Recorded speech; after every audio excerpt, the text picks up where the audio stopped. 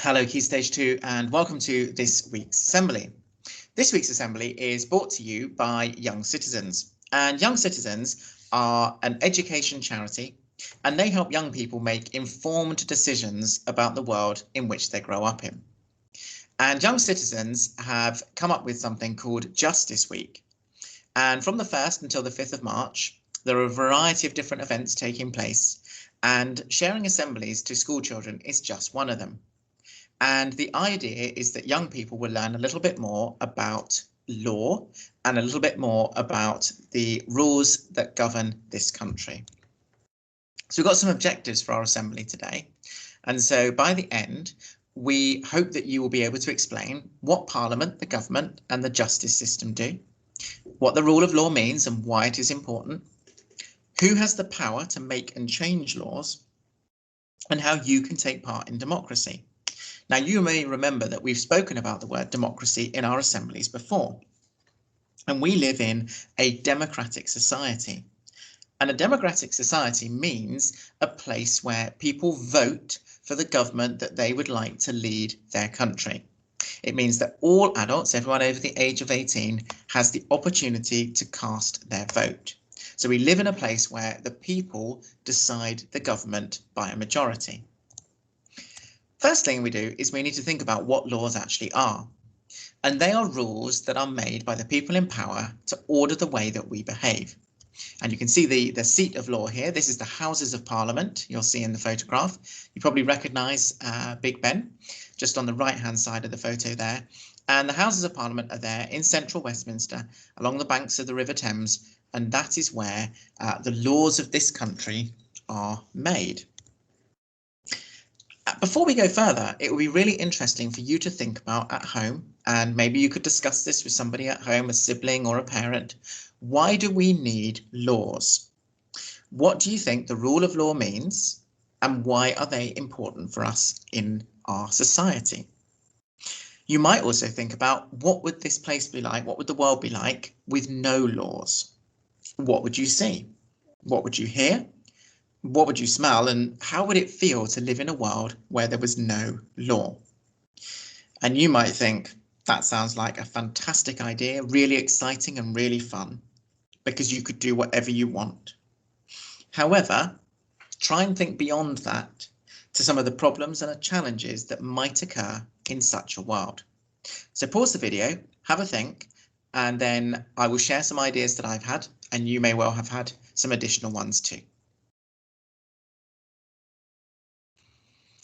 Hopefully you had a good discussion, and these are some of the reasons why law is important. Laws keep us safe, they make sure that things are fair, and they also limit the power of the government.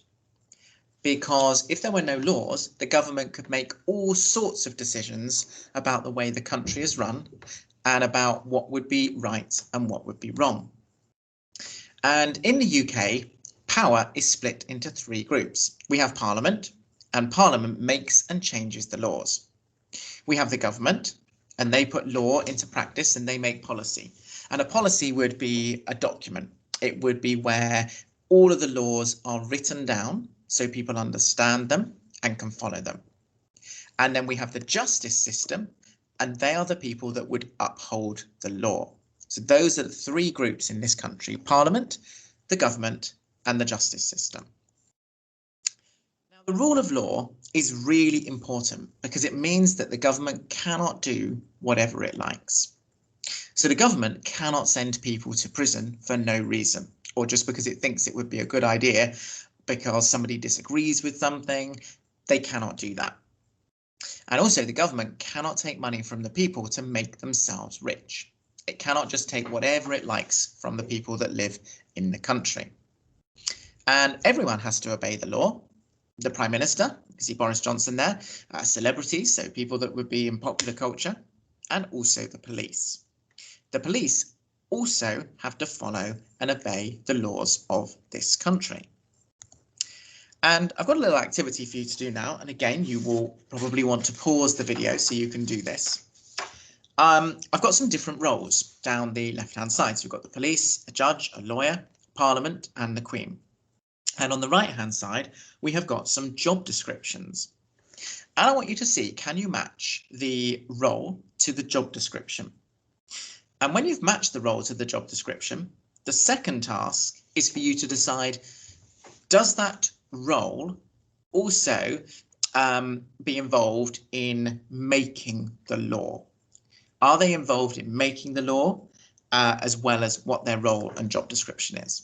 So pause the video, have a go, and then we'll find out if you got these correct.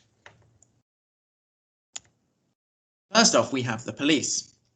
And the police, hopefully you found, is the organised force. They maintain order, they prevent and detect crime, and they enforce the laws. So that's the job description of the police. That's what they do in this country. Do they have the power to make or change the law? No. So the job of the police is to keep the law. They don't decide what the law is. They don't make up the rules. They just enforce them. A judge. So a judge is someone who sits in the justice system, and the judge oversees the court of law and they decide on sentencing. So if someone had to go in front of a judge, maybe they committed a crime and broken one of the laws of the country, the judge would be deciding, maybe does that person to go to prison? Do they have to pay a fine? Carry out some community service? The judge would be making those decisions based upon a crime that someone may have committed. Does the judge have the power to make or change the law? No. A judge also is not able to do that. They just act upon the law. Then we have a lawyer. And the lawyer is someone who is qualified. They advise on legal matters and they represent people in court. You may well have seen this on television. You may have seen a lawyer, you may have seen a judge, and the lawyer would be the people that would be advising and representing. And a lawyer could represent different people in court. Do they have the power to make or change the law? No. They advise on the law. So for a lawyer, it's very important that they understand the legal system and they understand the laws of this country so that they can correctly advise people on the law. Then we have Parliament. And Parliament is a group of elected and appointed people. They make and change the laws in the House of Commons and the House of Lords. Now, remember, I said that word democracy before. So they are elected by the people and they would be responsible for making and changing laws. So you probably know the answer to the next question already. Do they have the power to make or change the law? Yes. Members of the House of Commons and the House of Lords make and debate laws. So they wouldn't just come up with what the laws are going to be. They would have conversation, they would debate what they think is a good idea before voting on the laws and changing them. The last role that you had on the page previously was the Queen.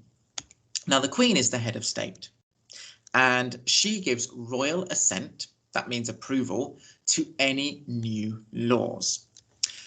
Do they have the power to make or change the law? Sort of. So the Queen has to give royal assent to any new laws. So they are put before the Queen for her to agree that they are laws that she would pass. However, it says there, this is really a formality. So the last time a king or queen said no was in 1707. As a little challenge there, if anyone can tell me, they can drop me a message, they can send it into school. Who was the king or queen in 1707 that would have last said no to a law? There'll be 10 house points for anyone that can send me in the answer to who was king or queen in 1707 that would have said no to the law. Now, in an ideal world, something that you can think about towards the end of this assembly here is, could you create a law that you think would improve the lives of children in the UK? So you've got to decide, first of all, which area would you focus on? It could be the environment, it could be people's health, it could be education, or it could be safety. That could be the safety in our community, it could be safety online. So think about now which area you would like to focus on. to create a law that you would think would improve the lives of people in the UK. And you might need to think about the type of change that you want to see. So, for example, might you want to ban a type of behaviour? For example, smoking is banned in most public places in this country. Would you want to set an age restriction as part of your law? For example, it's against the law to sell cigarettes to a person who is under 18 years old. Or maybe your law might like to enforce a behaviour. For example, a person must wear a seatbelt when they are in a car. That is a rule of law in this country. And you might like to use this format to help create your new law. So you could describe the new law that you would like to make, and then you need to think about what arguments you would use to persuade your MP. MP stands for Member of Parliament, that the law is needed. And a Member of Parliament is someone who represents our area. And you may remember from our assemblies last year, Andy Slaughter is the MP for this area of Hammersmith and Fulham. And so he would represent the residents of Hammersmith and Fulham in Parliament. So if you had an idea for a new law, that could go to Andy Slaughter. And if it was something that he thought was worth having a discussion about in Parliament, that could be taken through to discuss in Parliament. You may even decide to use a letter template to write a letter to your MP. And you could pause the video here and you could use some of these sentence starters to help you write a letter to your MP about a law that you think would be worth changing. I'd also be really interested if you have got any fantastic ideas for these, and maybe we could share these when we're back in school. Do you have any really good laws that you could create for this country to make children's lives better? Now, at the beginning of this assembly today, you were writing down what you knew about the rule of law. And I've got two questions for you. Did we write anything that we now know isn't true? So was there something you wrote down at the beginning? For example, some of you may have written down the police make the laws and they also enforce the laws. Well, we know that that's not correct anymore because we know that the police enforce the law, but it's Parliament who create it. And is there any new information that you've learned during this assembly that you could now add? Things that you now know about the rule of law and about how laws are made and kept in this country. So that's the end of today's assembly. And I hope that you found it interesting to be discussing the rule of law. Thank you very much for listening, and I look forward to seeing you all back in school next week. Bye, everyone.